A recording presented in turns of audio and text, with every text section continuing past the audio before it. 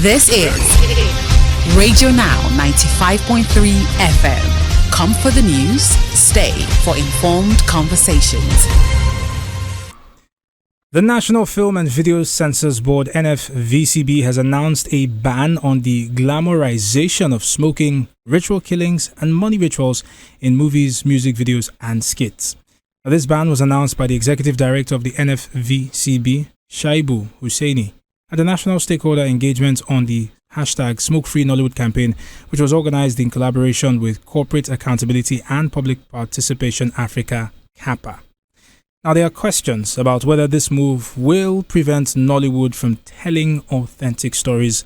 And joining us in the hopes of answering this question this morning is director and producer Adeola Oshunkojo. Ms. Oshunkojo, good morning and thank you for joining us on the conversation. Good morning. Lovely to have you here. What do you make of... Yes, ma'am. What do you make of the reports coming out of the National Film and Video Censors Board banning the glamorization of smoking, ritual killings, and money rituals, and so on? Thank you so much for that question. I remember when I saw it, a lot of things raced into my mind. I understand that it's the responsibility of agencies like that and the government generally to ensure that we have a healthy Nigeria and a country that has people with high levels of morals. I still have some issues with some of the things that were said, because a lot of the films that you see that we shoot are usually to make sure that at the end of the day, the protagonist, the good person, the person with the right ambition wins. So a lot of times when you see things like the glamorization of ritual killing, I feel like there maybe 1% of productions done that kind of praise negative acts and have the bad guy win. A lot of the productions that we do, the antagonist is always the one who at the end of the day is punished, either by death or by being arrested or things like that. So yeah, that I feel like they also need to expatiate more on what they mean in terms of that, because a lot of the productions don't include that. Now, about smoking, a lot of times when you smoking has a negative connotation in our productions. You don't see things like mothers smoking. You don't see things like pastors smoking. You don't see things like children smoking. Who you see is probably some crazy armed robber or some crazy warlord or drug lord who smokes. And those are, indicators, signifiers that whoever this is, you should be scared of them. So a lot of times I have a lot of questions regarding that, because I feel like there has to be some more research done in terms of making these kinds of things. But again, I understand that it's not only a Nigerian thing. In 1997, I think, in Hollywood, they banned sponsored product placement by tobacco companies. So if a tobacco company, for example, gives a production money to have the characters smoke, it was cancelled altogether. In the early 30s, 40s, 50s, you had instances where, especially for Hitchcock, who he also had censorship that required that you cannot show kissing, some words cannot be said, blood cannot be shown. So I know that these things happen, but I just feel like there has to be more.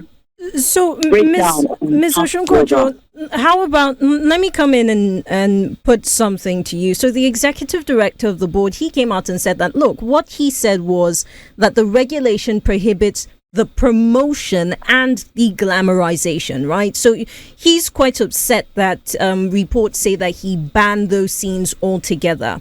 There's a part of the thread he put out on Twitter where he says that if there's a smoking scene, a necessary smoking scene is how he describes it, that a required health warning is supposed to be displayed at the beginning of the work and at the end of it. And I wonder how that plays out. If you were putting together a movie that had a necessary smoking scene, even though I don't know how to determine what is necessary, what would that be like for you? All I have to get creative, and that's it. If the Censors Board has been very clear as they about what they expect, we have to follow the law. So yes, we all have to get creative, and there are so many ways you can do that. You can do that with probably having a non-smoking sign in that whole place. You can do that before your film or after your film. So there's so many ways you can do that. And over the years, filmmakers have learned over the years to get creative around these laws to ensure that they're being followed, but the stories are being creatively produced and directed and shown on screen. So we all have to get creative, and that's pretty much it. And that's our job really as creative people, that we have to find ways to tell our stories, regardless of the limitations that censorship or even resources put to us. So yeah, do you perhaps see it as censorship? Is that what? Do you see it as censorship? Because who determines what is necessary and what is not? That's the problem, and that's what scares me, is that some of these things are subjective. You can say that this smoking thing is not necessary, and I, as a filmmaker, feel a certain way. So in a way, that's the reality. It does scare me, because whether we like it or not, some things are going to be chopped, some parts of stories are going to be taken out because the Censors Board feels that we shouldn't use that. It scares me, but it's a reality that we have to deal with, and filmmakers have to just learn to work around it, because that's the reality.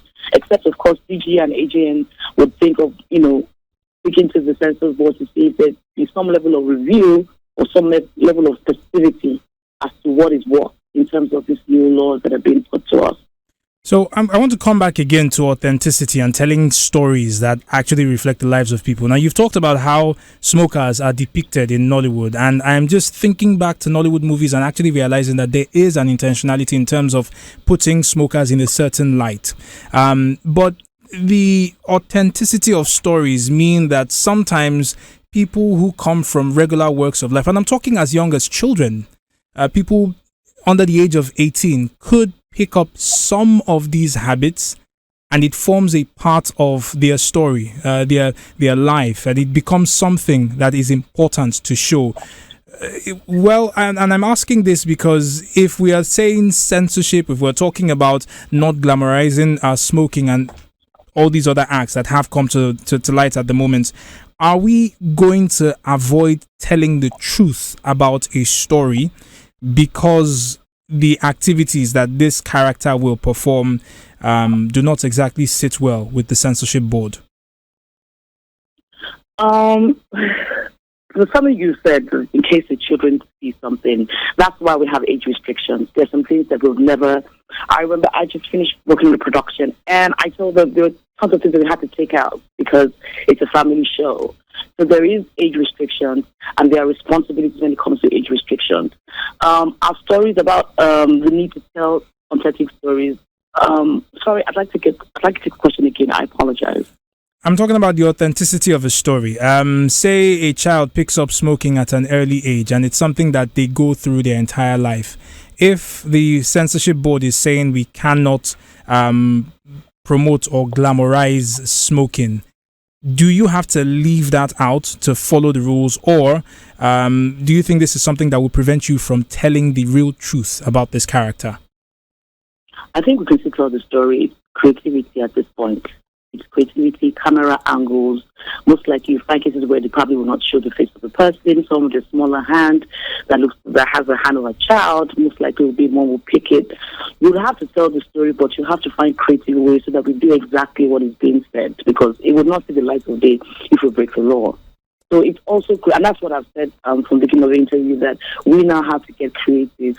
We need to, understand what is happening right now and get creative about all of these things. I also think that it's something that the Censors Board can also do to make things easier is, if scripts that are that controversial are in existence, you could start with the point of the screenplay from development when the script is ready to take it to the Censors Board, and also have those conversations so that everything that is supposed to be done will be done, and these conversations can exist before the production. But at the end of the day, just like directors, have always done over the years, we all have to get creative. We all have to start finding more creative ways of telling our stories. But I really wish that filmmakers would not take this as a way of cutting or not telling any particular story, because stories need to be told, and people are different in shapes and sizes. And so, if Yeah, so that's just what is important. You just have to get creative.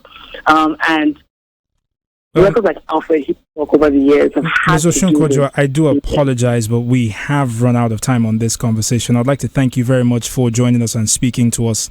Adeola Oshunkojo is a producer and director, and she joined us this morning to speak about the news that has come out. The National Film and Video Censors Board, NFVCB, has announced a ban on the promotion and glamorization of smoking, ritual killings, and money rituals in movies, music videos, and skits. And that's Entertainment Now this week. Up next is News Extra. Do stay with us. This is Radio Now 95.3 FM. Come for the news, stay for informed conversations.